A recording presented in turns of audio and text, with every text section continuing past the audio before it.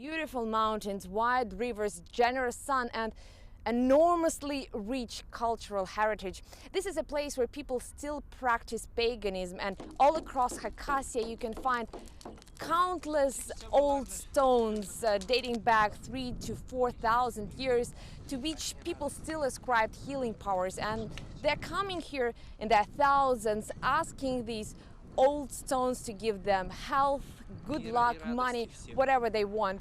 And apparently there is more to it than just old superstitions, because we found a lot of people who, after coming here to Hakasia once, decided to stay here forever. This story is about that. An ancient symbol of life at the gate to a burial site, and a giant replica phallus as an emblem of the small people. Hakasia is a land of paradoxes, unpredictable like the weather in the steppes, yet absorbing and authentic like the songs of the wind.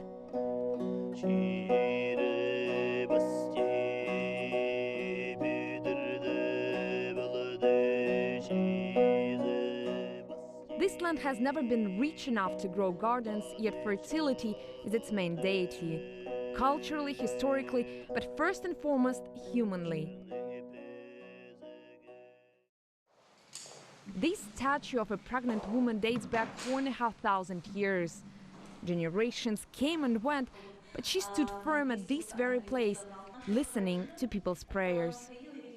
A legend has it that the woman turned into stone when she saw her husband and her son murdered, but her heart was left beating, so till this day she's believed to be helping women unable to get pregnant to enjoy the beauty of motherhood.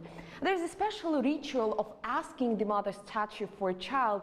You have to circle it 3 times clockwise, then offer her some dairy products.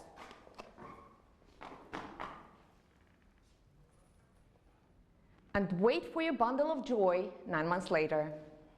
Hakasia is home to countless burial mounds, most of which have long been raided, yet the republic itself still remains an almost untouched depository of ancient history and culture. It was this primeval beauty that brought Leonid Yeremin here a quarter of a century ago. Hakasia captivated me from the first time I saw it. It's a place that's one of a kind. Historians by training and conviction, Leonid and his wife now reside in a small Hakas village. Bent on reviving the traditional culture, they opted for a yurt instead of a house, though their modest income has extended the construction over 8 years.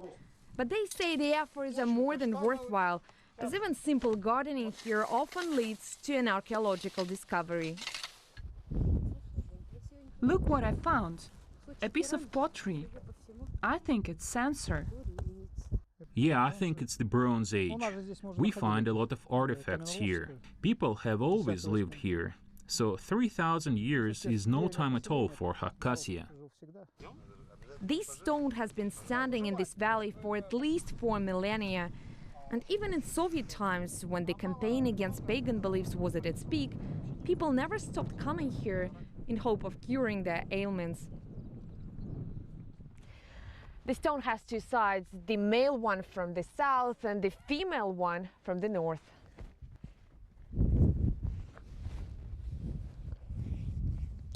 It feels very comfortable, very warm, and locals say that even in winter times when it's minus 25, minus 30 degrees Celsius outside, this stone retains its warmth. The stone's healing powers could have been cast off as fallacy if it wasn't for multiple documented evidence of health improvement. Yet, as Leonid says, there is no mystery. It is just that the line between science and superstition in Hakasia is very slim. This stone stands in the center of a geopathogenic zone with a strong electric field. Geologists say that right below the stone lie copper deposits that can accumulate static electricity, which may have a positive impact on the human body. An old Hakas proverb says one who's never climbed a mountain knows no good. And that just as well goes for this land of beautiful mountains and plentiful goodness. Let me introduce to you Anastasia Tukhaeva, a local journalist who, like the person you saw in our story, spent a considerable amount of her life living in a big city, but then she decided to go back to her home village in southeastern Siberia.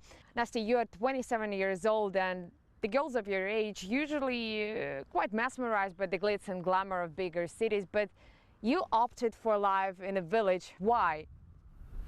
Well, I did not lose anything coming back to my hometown.